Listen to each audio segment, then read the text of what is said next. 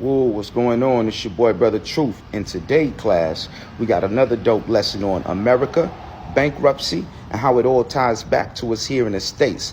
Let's get into it. Before getting into the depths of bankruptcy, let's first get into the roots of the formulation of the USA. The USA was called the United Colonies of New England by the way of the Articles of Confederation in 1643. The United States of America corporate company was still called the United Colonies of New England all the way up until 1777. In 1777, the United Colonies of New England officially changed their company name to the United States of America.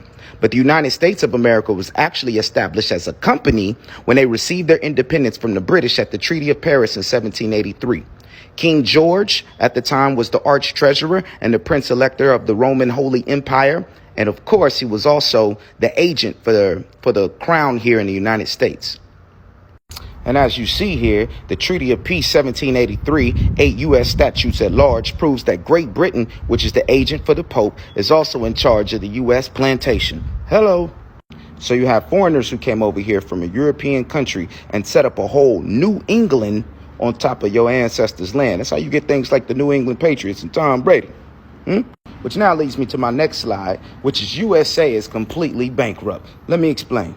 The Articles of Confederation led to filing bankruptcy based on 21 loans that the United States of America received from the King of England, dating from February the 28th, 1778 through July 5th, 1782.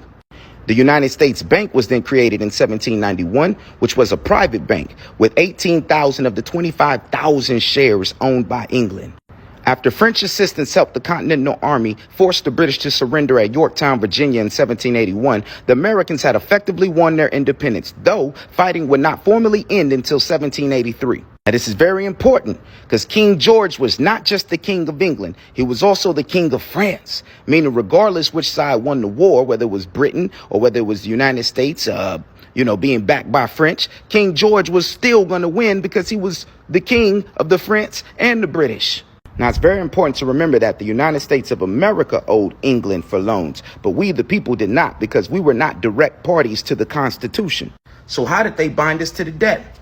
Easily. They converted us into corporate shadow entities, aka a straw man, and basically started taxing us as business entities. And on August the 4th, 1790, an act was passed which was entitled an act making provision for the payment of the debt of the United States. This act, for all intents and purposes, abolished the states and created federal districts. In all essence, when U.S. citizens pay taxes, it's going back to the debts owed to Great Britain. Y'all stay tuned for part 2.